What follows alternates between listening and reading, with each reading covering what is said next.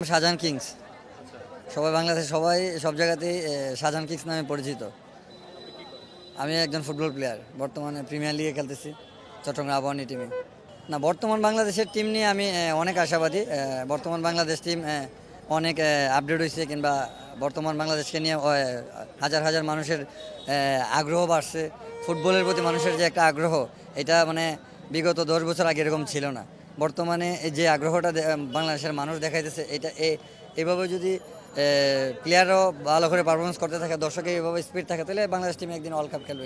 না, এটা তো অবশ্যই। এই যে আজকে আমি একজন রানিং প্লেয়ার হয়ে আমি টিকিট পাইতেছি, আমি বাইরে আপনাদেরকে সাক্ষাৎ দিচ্ছি, কিন্তু এটা আমাকে অনুপ্রাণিত করতেছে। এমনকি এইভাবে যে মানুষ ফুটবলের প্রতি আকর্ষণ হয়েছে, এই জিনিসটা দেখে আমারও নিজের প্রতি একটা আত্মবিশ্বাস বাড়ছে যে না, আমারও আরও ভালো করে ট্রাই করতে হবে, আমি যাতে কোনো একদিন জাতীয় দলে খেলতে পারি। আসলে এই জিনিসটা আসলে কষ্ট লাগে যে নাম্বার 9 পজিশন এখন পর্যন্ত একটা পারফেক্ট নাম্বার 9 আমরা বাংলাদেশ টিম এখনও পাই নাই।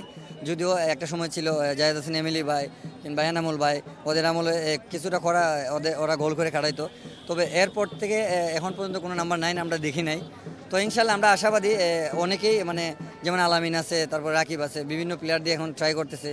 তো ইনশাল্লাহ এই জায়গাটাও কোনো না কোনো একদিন আমরা কভার করবো, আমাদের বাংলাদেশ টিম আরও ইমপ্রুভ করবে বাংলাদেশ। যেহেতু আমাদের হোমে খেলা, আমি একজন প্লেয়ার হিসেবে আমি মনে করি যে হোমে খেলা হইলে প্লেয়াররা একটা আত্মবিশ্বাসী থাকে, দর্শকের সাপোর্ট নিয়ে প্লেয়াররা যথেষ্ট আত্মবিশ্বাসী থাকে। বাংলাদেশের প্রথম ইমিউনিটি বুস্টার সমৃদ্ধ ফ্যান্টাস্টিক হ্যাপি এনার্জি বিস্কিট। তো ওই জায়গা থেকে আমি মনে করতেছি, যেহেতু আমাদের হোমে খেলা, আমাদের প্লেয়ারদের ভিতরে একটা এক্সট্রা অর্ডিনারি কাজ করবে, যারা দেশের মানুষের সাপোর্টে কিংবা দেশের মানুষের একটা হুলিতে ওরা অনেক ভালো খেলবে আর জয় নিয়ে ফিরবে ইনশাল্লাহ, আমি আশাবাদী। আমি অল প্লেয়ারদের মধ্যে আমি মনে করি আজকে নজর কাড়বে সমিত সোম এবং এই তিনজন বাদ। এরা ছাড়া যদি হয় তাহলে এখানে রাকিবের সম্ভাবনা খুব বেশি। আর রাকিব আমার পার্সোনালি আমি অনেক লাইক করি রাকিবরে, কারণ রাকিব একমাত্র প্লেয়ার যে বাংলাদেশের ও যে কোনো টিমের এগেনস্টে ও ভালো পারফরমেন্স করবে, কারণ ওর একটা কোয়ালিটি আছে। গত ম্যাচে ভালো করছে, এমনকি লাস্ট 3-4 বছর ধরে বাংলাদেশ টিমকে ওই মানে অনেক ভালো সার্ভিস দিয়ে যাচ্ছে। তো রাকিব আমার সমবয়সী প্লেয়ার, আমি চাই রাকিবে আজকে অনেক কিছু করবে। রাকিবের প্রতি এক্সপেক্ট আছে আমার। মিতুল মার্মা তো আসলে বর্তমানে বলতে গেলে বাস পাখি। আর মিতুল মার্মা ওই কিন্তু দিন দিন একদম পরিপূর্ণ একজন গোলকিপার হিসেবে তৈরি হচ্ছে। তো আমি মনে করি যে জিকুর জায়গাটা মানে অলমোস্ট কাভার হয়ে গেছে। না, আগে থেকেই বড় করছিলাম, আর তখন দেখা গেছে কেউ সাপোর্ট করতো না, অনেকেই নানান কথা বলতো। হামজা আসার পরে দেখা গেছে সবাই পজিটিভলি দেখতেছে বিষয়টা। জি সকলে এটাই বলে যে হামজা চৌধুরী কপি হামজা চৌধুরী। জি, এটা আমার অনেক অনুপ্রাণিত করে। জি ডিফেন্সিভ মিডফিল্ড, আবার লেফট ব্যাকও খেলাই। হামজা চৌধুরী আছে, সমিত সোম, ফাহমিদুল, রাকিব আছে। আশা করি সকলেই ভালো পারফরমেন্স করবে এবং মাঠ থেকে জয় নিয়ে ফিরবে। আমরা 4 জন। না, ওরা আমার ছোট ভাইয়ের ফ্রেন্ড আর আমি। তো আসলে আপনি সিলেট লাইনে আপনি ঘুরে দেখবেন, এখানে অনেক স্টার প্লেয়ার আছে, প্রবাসী প্লেয়ার আছে অনেক। আমরা সিলেটের প্লেয়ার, সিলেট থেকে 4 জন খেলতেছে আমরা বেস্ট 11-এ। আশা করি ওদের জন্য অনেক সুপারস্টার। আসলে অনেক প্লেয়ার আছে সিলেটের, আর আমরা পাইপলাইনের অনেক প্লেয়ার আছে। আমরা বেস্ট সুমন ফুটবল একাডেমির প্লেয়ার, যে দুইজন প্লেয়ার ইন্ডিয়া খেলতেছে। আমিও রিসেন্টলি এই মাসে ইন্ডিয়াতে যাব, সবাই আমার জন্য দর করবেন। আসলে এই যে একাডেমিগুলো, আরো অনেকগুলো একাডেমি, যশোরে একাডেমি আছে, আরো বেশ কিছু একাডেমি এখন গড়ে উঠেছে বাংলাদেশে। যে একাডেমিগুলোর আসলে কতটা অবদান এই ফুটবলের পেছনে? অবশ্যই একাডেমি ছাড়া আপনার ফুটবলার তৈরি হবে না। ফুটবল মেন কারিগর হচ্ছে একাডেমি।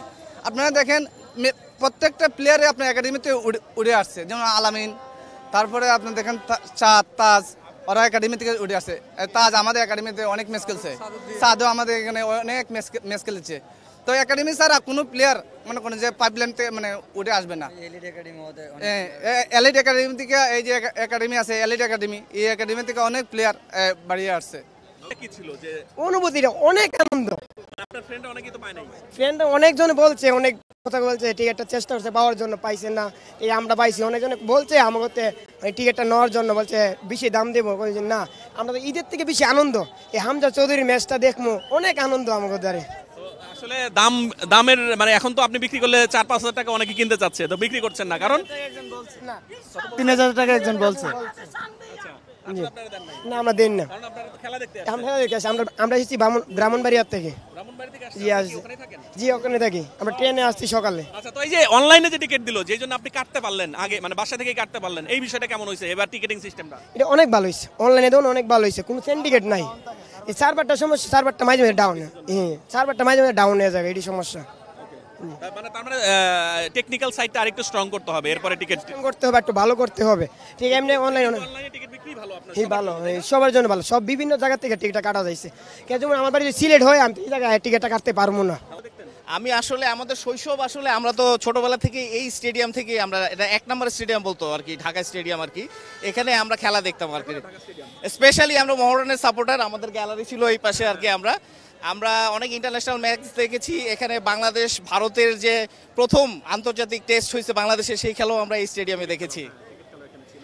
আপনি যে এখানে কতদিন পরে আসলেন এই স্টেডিয়ামে এখানে অলমোস্ট 10 বছর পর তো হবেই, 10 বছর হবেই। আপনার তাহলে সেই স্মৃতিগুলো কিভাবে আসলে মানে স্মৃতিগুলো কি আপনাকে নাড়া দিচ্ছে স্মৃতিগুলো আসলেই মানে শৈশবের স্মৃতিতে ফিরে যাওয়ার জন্যই আসলে এই স্টেডিয়ামে আমরা আসছি আর কি। আমরা এখানে প্রচুর খেলা দেখছি, আমরা ফ্লাড লাইটে খেলা দেখছি, দিনে খেলা দেখছি, স্পেশালি আমরা ক্লাব পর্যায়ের খেলাও এখানে অনেক দেখছি, ইন্টারন্যাশনাল ম্যাচ তো অনেকই দেখছি আমরা।